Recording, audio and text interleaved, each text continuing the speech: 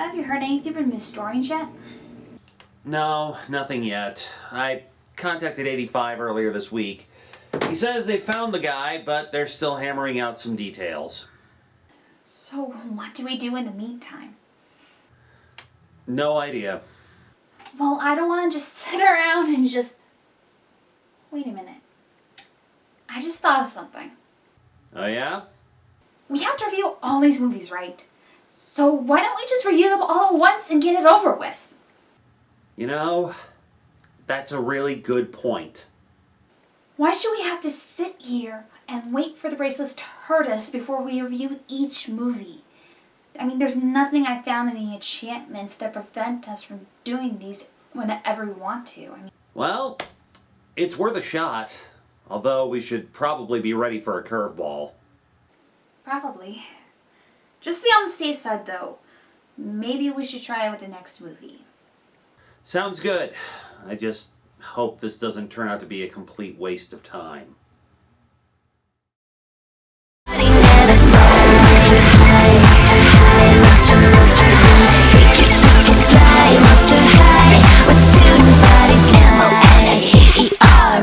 Monsters, so bizarre. M-O-N-S-T-E-R. Monsters, yes we are. Monster high, monsters, so bizarre.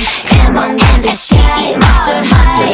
The party never dies. Monster high. Freaky, chic and fly. Monster high. We're student bodies, we've got spirits, yes we do. We've got spirits, how about you? We've got spirits, yes we do. We've got spirits, how about you?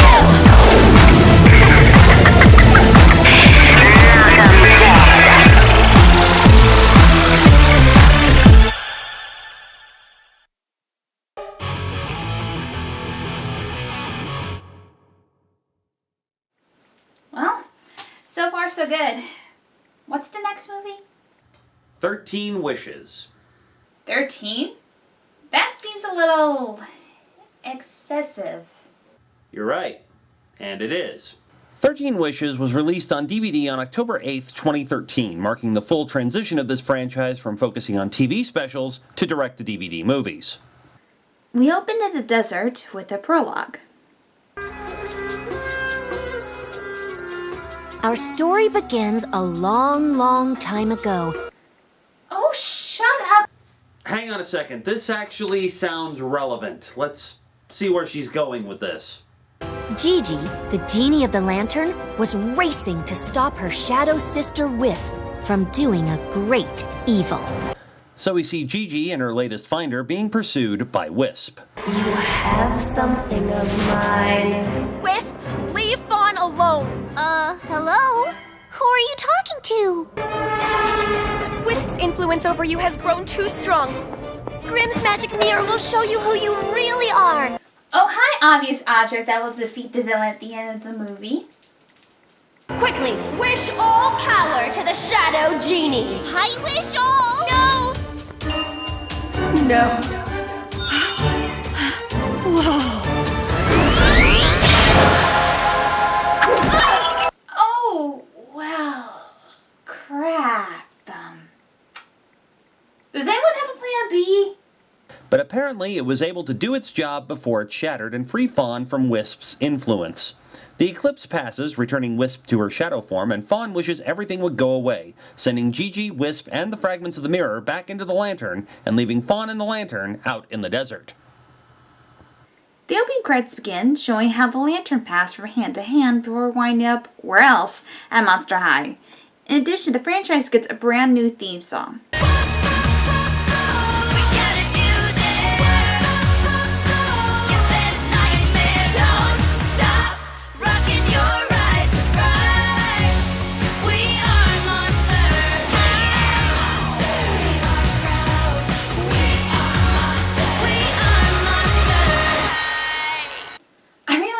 Song. It's not bad, it's very good. And it's a lot better than the old one. Wait. Didn't some of those items in the act scene seem like they don't fit in the Monster High universe? Wait for it. First day of school at Monster High. Fresh blood, new victims.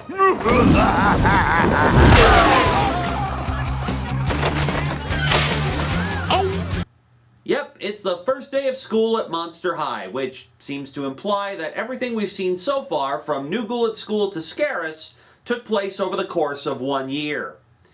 Which begs the question, how the hell did Frankie and her friends even manage to get any schoolwork done during all that? In Frankie's narration, she talks about the different types of wishes people want during the new year. This is also foreshadowing from the title of the movie with each one. From Abby deciding to run for student body president, Gil Laguna's wanting Gil's parents to give Laguna a chance, Claude, Heat, and Manny trying to get on an extreme game show, and Cleo wanting everything to stay how it already is. But there are some students who do want things to change, specifically everyone's favorite easily influenced werewolf, Howleen, who has a brand new look for the new school year and a new best friend who gets introduced here.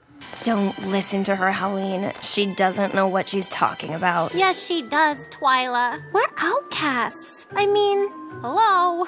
Your father's the boogeyman. Well, well, well. What have we here? No, not that boogeyman! However, Howleen's wish to be popular has caused her to make a really poor decision on making herself known. Yeah, they know me as Claude and Claudine's annoying little sister. Nobody knows me for me. That's all gonna change after I pull this off. Oh, good. This has disaster written all over it. And so does this. An eclipse. This week. Directly above Monster High? Awesome astrology stuff! Fine, awesome astronomy stuff, whatevs. Whoa, somebody's asking for a jolt to the bolt. Way too much power for one outlet. Gosh, gee whiz, Frankie. Thanks for that totally out-of-place safety tip. Now I know. And knowing is half the battle. What just happened? Yeah, looks like Mattel really doesn't like it when Hasbro properties are referenced in these kinds of videos. So they can just cut off the reference? Do they really hate Hasbro that much? Oh yeah, you know what one of their biggest successes was in terms of corporate espionage? They sent in a guy undercover to Hasbro Studios and convinced them to let 3 completely unqualified dudes make a Gem in the Holograms movie. And we all know how that turned out. Oh yeah! Something like this? What is all this commotion? You should have listened to Twyla, Howleen. Now look what's happened. In true school administrator fashion, Bloodgood sends everybody who is on the scene to clean out the attic as punishment for Howleen's stunt, where we get a better look at those unusual items we saw after the credits.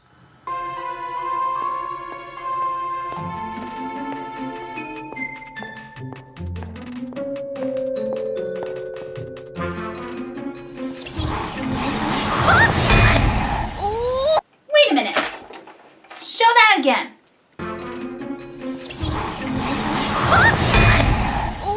Oh my goodness. That's clever foreshadowing, creators. I'm gonna give you that. And I know what a lot of you are thinking. Why are there fairy tale-like objects in the attic scene? Well, the answer is simple. They were actually promoting their spin-off franchise, Ever After High.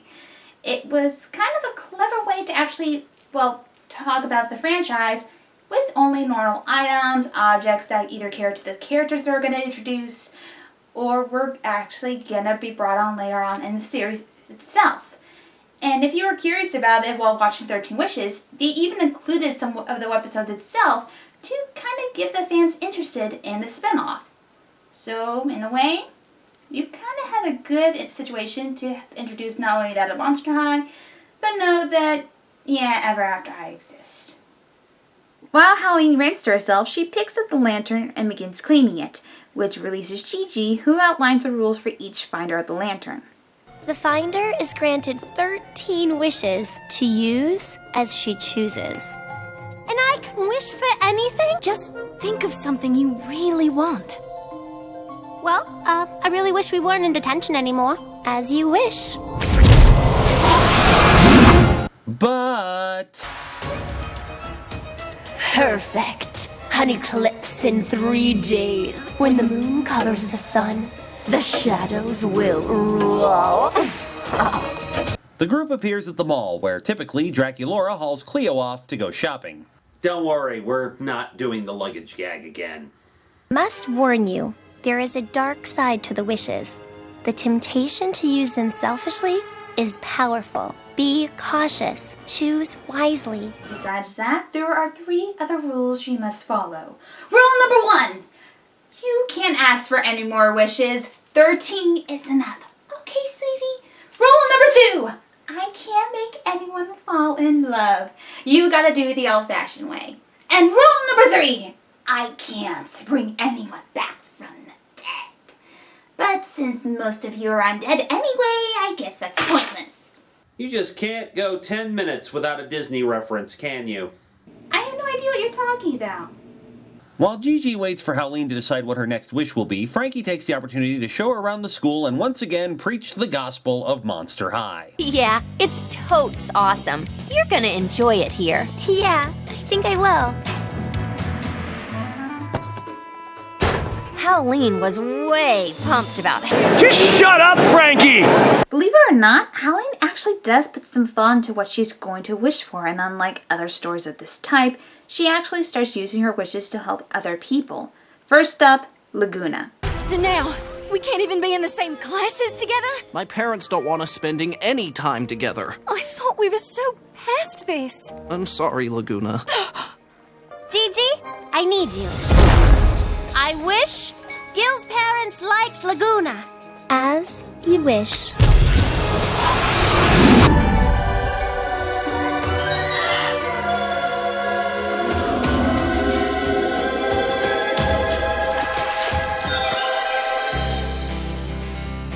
Whoa! I've turned freshwater! They just referenced the Birth of Venus painting in a kid's movie. Wow. I gotta give you 2 again, creators. Good job. Howleen's next wish is to get Claude, Heath, and Manny on Die Trying, a stunt show in the vein of Jackass. Only somehow less stupid. I wish you were all on your favorite show. As you wish. Maxon, coming to you live from... Where am I? Right. Monster High! Don't let it come to the screen. Kill it with fire. No, don't! It will only give it strength. Avert your eyes, lest it take your soul to the deepest pits of hell. Vote for Abby. Won't be sorry. A vote for Abby is vote for change. Please to vote for Abby. Hey, what you got to lose? Howleen uses her next wish to make Abby student disembodied president. But even though she's doing all the right things by using her wishes for other people, she still gets bullied in the bathroom. Oh! If it isn't the lunar loser, you don't belong in this ghoul's room. You don't belong anywhere. I still hate bullying. Why is Gory picking on her when the two made amends way back in Fright On? This makes no sense. Well, given the way the show has been set up so far, you've got 2 choices, Gory or Toralei. Take your pick. Do I have to? As we've seen, each wish has been making Wisp stronger, and with this latest development, she makes her first move. Howleen, it's your wish. It's my wish. Don't you want to be popular? My wish is to be popular. But just do it. As you choose. This one is weak and easy to prompt. No, Howleen has a good heart. You won't corrupt her like the others because she has friends. Her friends can't help her. If her friends aren't around. So with her latest wish, Howleen finds herself one of the most popular ghouls at school. But Twilight doesn't seem to like what it's doing to her, and Cleo calls Howleen out on using a wish to make herself popular. Meanwhile, Frankie and Gigi continue to bond. Monster High is so wonderful, but what? I can't stay. I serve the Finder. After her last wish, I go back to the Lantern. But why? I live by rules, Frankie. It has always been that way. Changing the way things have always been is my specialty. You know, I realize this is a term that everybody is sick of at this point and largely gets used as a pejorative nowadays. But if you think about it, Frankie actually does fit the archetype of a social justice warrior. And I don't mean in the passive-aggressive, in-your-face, believe as I believe and do exactly as I do or you're dead to me Tumblr kind of way. Frankie has either spearheaded or jumped in enthusiastically to anything that has improved relationships between different kinds of monsters, between monsters and normies, she's fought for sexual equality, or she's just been there to be a friend when she thinks someone needs it. Frankie genuinely believes that life is awesome and everybody deserves to be themselves and experience that awesomeness regardless of who they are. Is it a little naive and optimistic? Well, yeah, but so is Frankie. And as we see, she just perseveres and eventually things do change for the better because of her efforts. And that's not a bad thing for kids to see, in my opinion. And speaking of things changing, the movie doesn't explicitly say it, but it's strongly implied that now that Howleen is starting to make selfish wishes, her previous wishes are starting to go wrong. Laguna doesn't act like herself since being in freshwater, the boys aren't having a fun time on the game show, and Bloodgood leaves Abby in charge of the school as she goes off for an emergency meeting? Wait, Abby's in charge of the school? How the hell does that even work?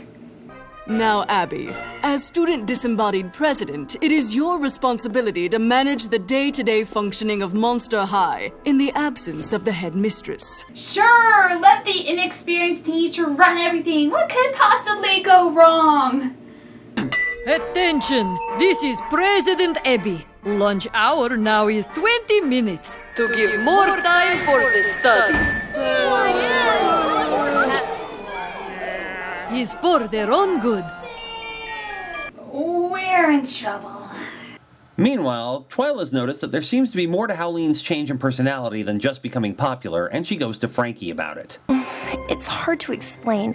There's something different in the shadows, like someone or something is living there. Do you know anything about this? I cannot say. Gigi? I really cannot. The magic of the lamp stops me from telling the finder all that I know. I really like this. The writers have gone out of their way to identify the usual pitfalls in wish stories like this and work their way around them. Yes, Gigi could tell them exactly what's going on, but she literally can't thanks to the magic of the lantern. It all comes down to what Howleen chooses to do with her wishes and how those around her can influence her choices. However, Gigi is still able to give them a clue about Wisp's existence. I am not allowed to influence her, but others can. Howleen Elvira Wolf, you put down that propaganda from the Westboro Baptist Church this instant! Howleen's popularity has started to get out of hand to the point where she's overscheduled for almost everything. Frankie and Twyla try to get her to see how she's changed, but Wisp's influences causes Howleen to blow them off. And things go from bad to worse when she runs into Cleo in the hall. Gigi, I need you. Yes, Finder. How may I serve you? I wish Cleo knew what it was like to be nobody. But, Finder. Now! As you choose.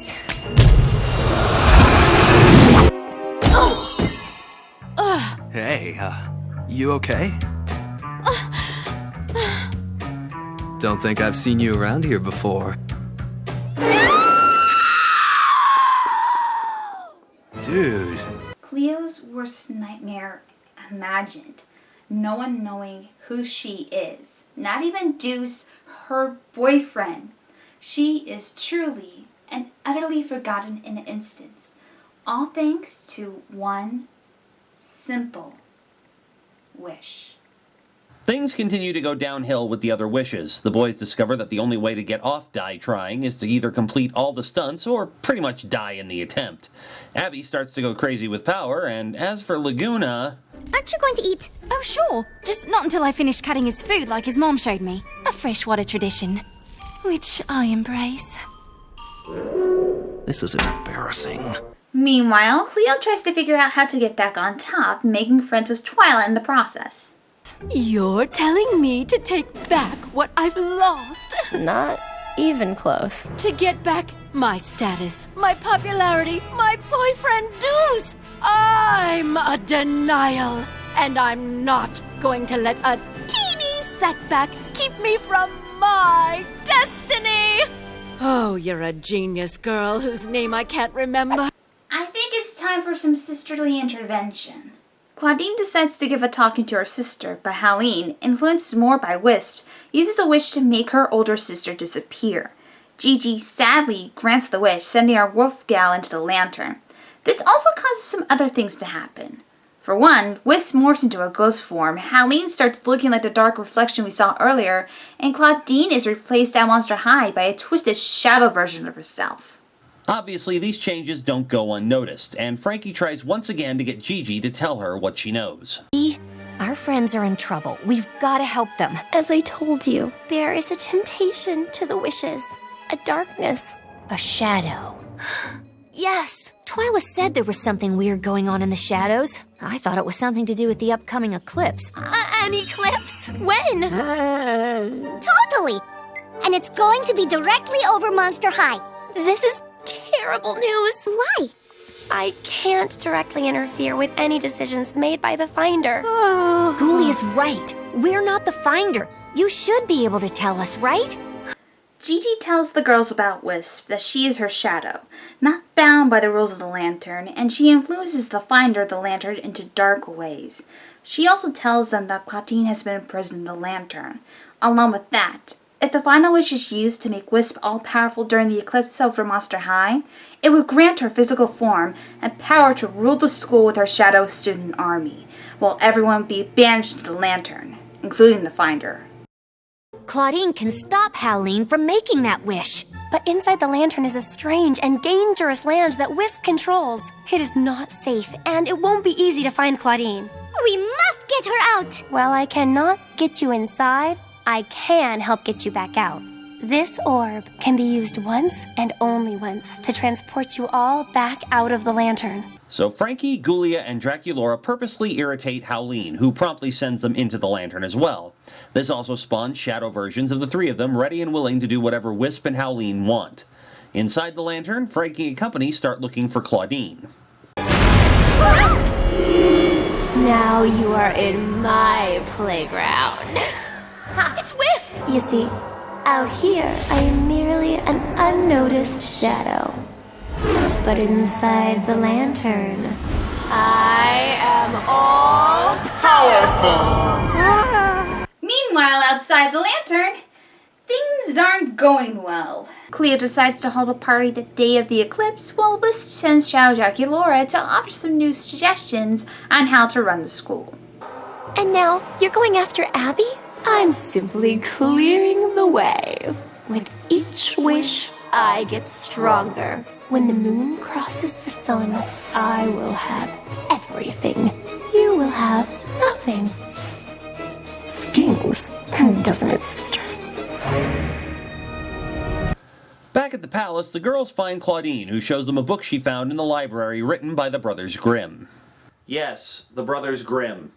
Say hello to another Ever After High reference. The book tells the story of Gigi and how Wisp came to be. This takes a while, so long story short, one of the brothers, after learning that Gigi was lonely inside the lantern, suggested to one of the Finders to wish for Gigi to have a sister. Said wish happened during an eclipse. Gigi's shadow became Wisp, and things were fine for a while, until Wisp started getting jealous of never being seen by anyone when Gigi would be let out of the lantern, and she wanted to be more than just a shadow. She discovered that she wasn't bound by the rules of the lantern and began manipulating the Finders in her efforts to become real. Eventually, the Brothers Grimm found out what had been going on and decided to take action, creating the magic mirror we saw at the beginning of the movie. Gigi using the mirror was apparently against the rules, and while Wisp's influence was broken, the mirror shattered as a result. Back in the lantern, Wisp took the 13 shards of the mirror and hid them throughout the palace so they couldn't be reunited and used against her. Any questions? I have one. And that is? Why is the book in this library in the first place? I mean, Gigi and Wisp already know their backstory. So why is the book even here? Okay, that is a plot hole. Conveniently, Claudine has a map showing where the mirror shards are, and the girls go search for them. Meanwhile, outside the lantern, things are getting worse. The shadow versions of the girls are bullying everybody, while Laguna has gone completely cuckoo for Cocoa Puffs. I don't care about school. This is who I am now, Gil. Your parents love me and I couldn't be happier. But what about your parents? Oh, who cares? They're just a bunch of saltwater drongos, right? Okay, but Laguna, you're kidding, right? This isn't you. So fresh. Oh dear. And that, dear friends, is the look of a man who is convinced that he's going to walk into his room one day and find his girlfriend there, naked, covered in the blood of small animals, painting satanic murals on the wall with her own feces. Oh, why the hell would you even say that? Ugh. What, too much? Yes. Plus, I'm sad to say that someone's probably gonna draw that now that you said that. And I thought Jackie and Guru were the ones that had dark minds. Back in the lantern, the girls have no success as the map keeps sending them to dead ends in places where there's no shards to be found. However, while Frankie and Claudine look at the map, Gulia sees there's a shadow version that appears when light is shined on it. Using the shadow version of the map, they finally find the first piece, but Wisp is ready for them. You're in my world now.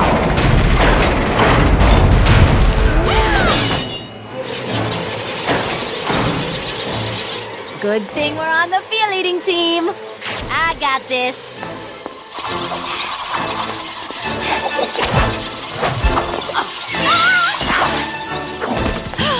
That was kind of fun.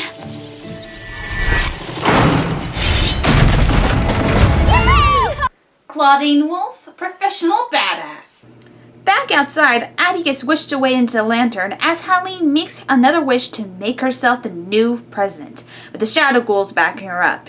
Howleen brings a new reign onto the school, blackmailing elevated background character Scare Screams to read the other students' minds.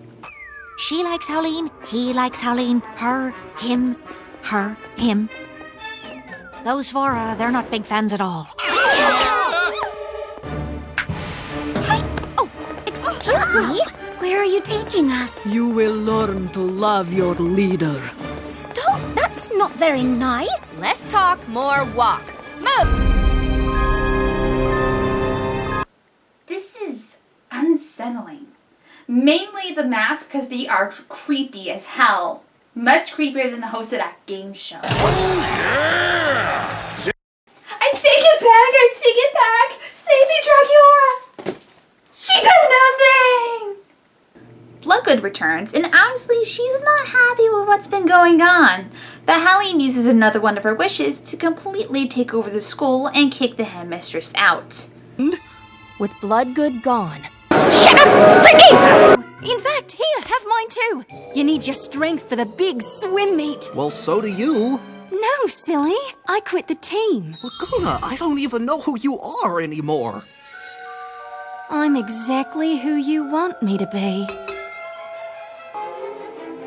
Okay, scratch the blood of small animals. Gil's convinced he's going to find an entire moose carcass in that room. Cleo's next on the wishing block as Howleen and Wisp decide to take over her comeback party, set Howleen up with Deuce, and send Cleo into the lantern. Speaking of, the girls continue the search for the shards. Unfortunately for Wisp, sending more ghouls into the lantern was a bad idea. Especially when you send Abby. Hey! Need to cool down?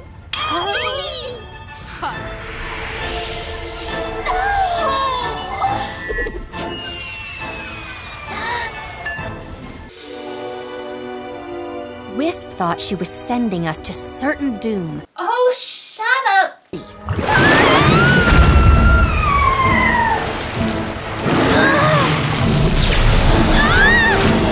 Never mind. Frankie's a badass too. Eventually, the girls find 12 pieces of the mirror, but the map seems to lead them to another dead end, until Gulia discovers the actual door they want is in the shadow of the door that they see. This leads them to Wisp's room.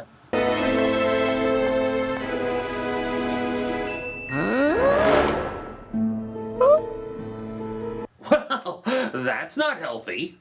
As As it turns out, Wisp has the last piece of the mirror, which Frankie figures out, as does Twilight, who could finally see the villain. When the girls are about to use the orb to leave, Wisp uses her power to summon a gargoyle that snatches the orb and flies off with it. We've got to get it back, or we'll never get out of here. How?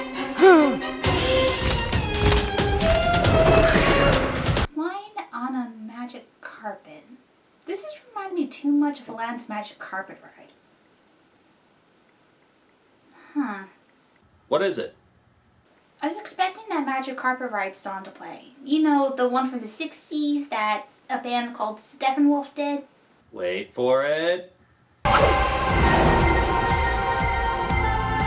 All you, Frankie!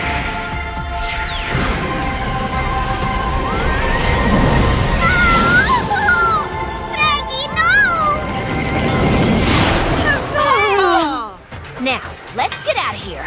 Finally out of the lantern, Frankie gets cell phone reception, which gives her a chance to get a hold of Twyla and make plans to stop Wisp.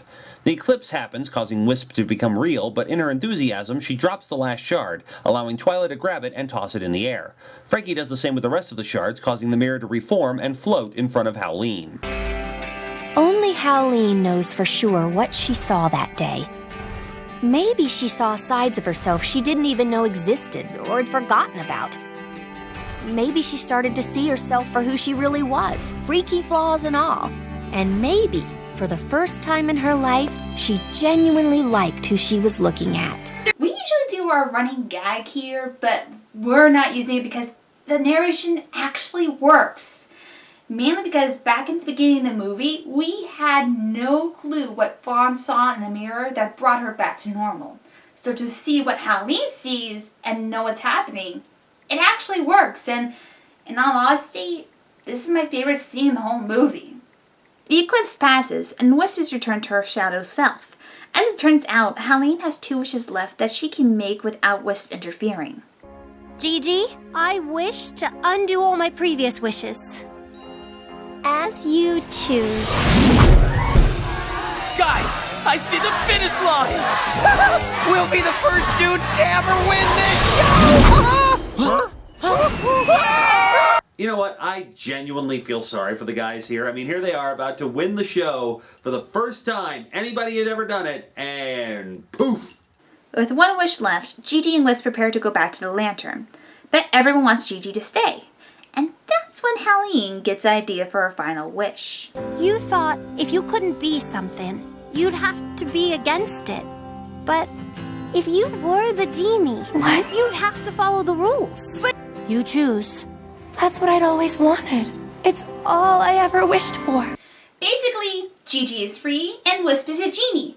Everybody wins! Find her as you wish.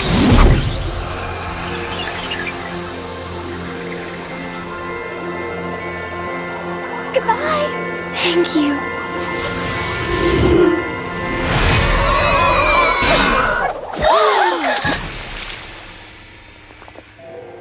The lantern fell into the deep end of the pool, and at Monster High, the deep end goes down forever.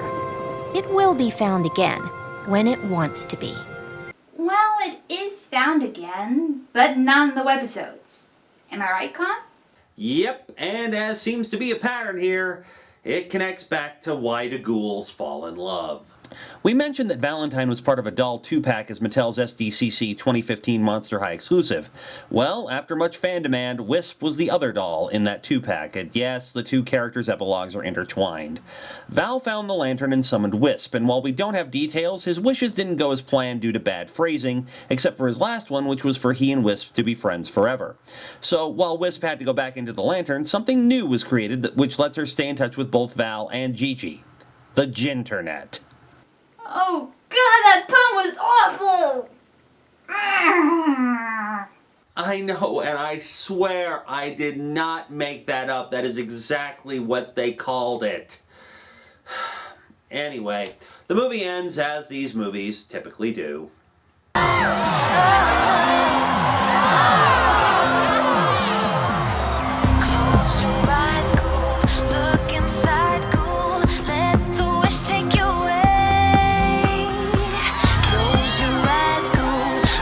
Inside, go.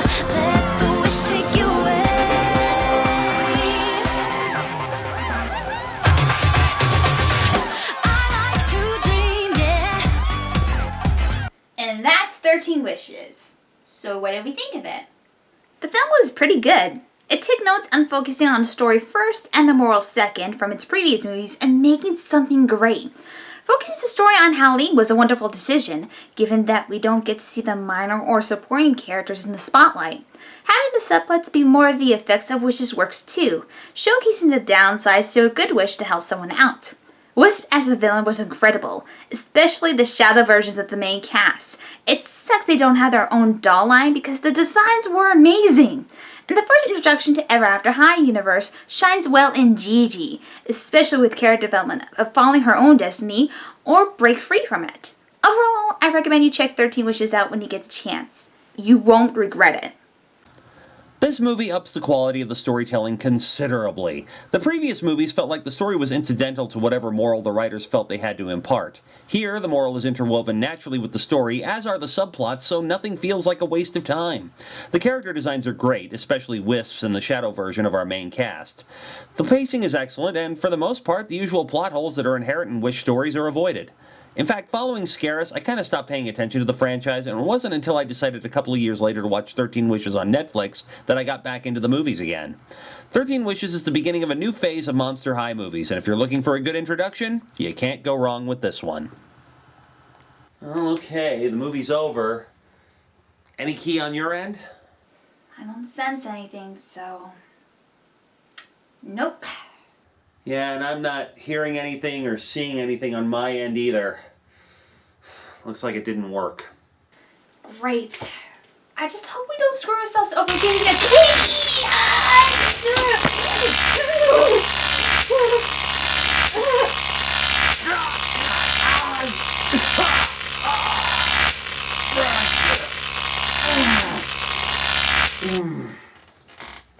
Oh, God.